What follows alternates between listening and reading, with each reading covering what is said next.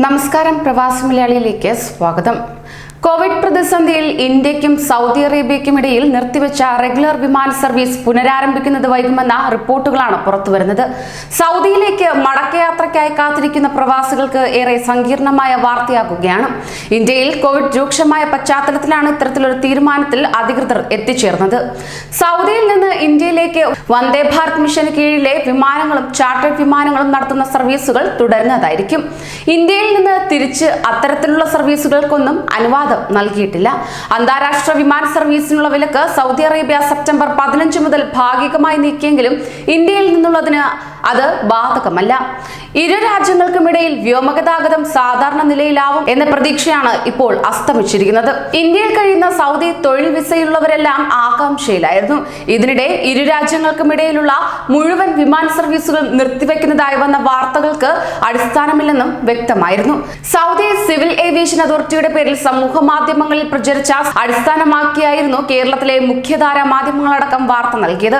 Covid രൂക്ഷമായ സാഹചര്യത്തിൽ India, Brazil, Argentina എന്നീ രാജ്യങ്ങളിലേക്ക് യാത്രാവിലക്ക് ഏർപ്പെടുത്തുന്നു എന്നായിരുന്നു സർക്കുലർ. ചൊവ്വാഴ്ച രാത്രി മുതലാണ് സമൂഹ മാധ്യമങ്ങളിൽ ഇത് വ്യാപകമായി പ്രചരിച്ചത്. ഇതിന്റെ ആധികാരികത ഇനിയും സ്ഥിരീകരിച്ചിട്ടില്ല.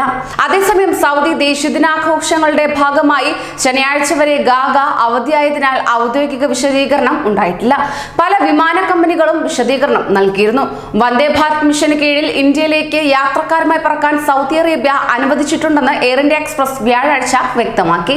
എന്നാൽ ഇന്ത്യയിൽ നിന്ന് യാത്രക്കാരുമായി സൗദിയിലേക്ക് പോകില്ലെന്നും അവർ അറിയിക്കുകയും ചെയ്തു. സമാന രീതിയിൽ മറ്റു വിമാന കമ്പനികളും നിലപാടെടുക്കുകയായിരുന്നു. അതോടൊപ്പം തന്നെ സൗദിയിലേക്കുള്ള യാത്രക്കാർക്ക് ഇന്ത്യൻ വിമാനത്താവളങ്ങളിൽ നിന്ന് ബോർഡിംഗ് പാസ് അനുവദിക്കുന്നില്ല എന്ന കാരണത്താൽ UAE വഴിയുള്ള കണക്ഷൻ വിമാനങ്ങളിലെ യാത്രക്കാരെ അവസാന നിമിഷം ഒഴിവാക്കുകയും ചെയ്തിരുന്നു.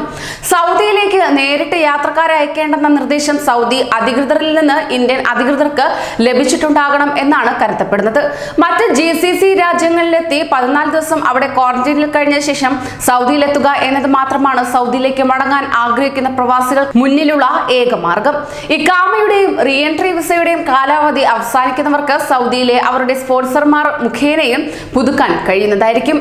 കൂടുതൽ പ്രവാസി വാർത്തകൾക്കായി ഈ ചാനൽ സബ്സ്ക്രൈബ് ചെയ്യൂ.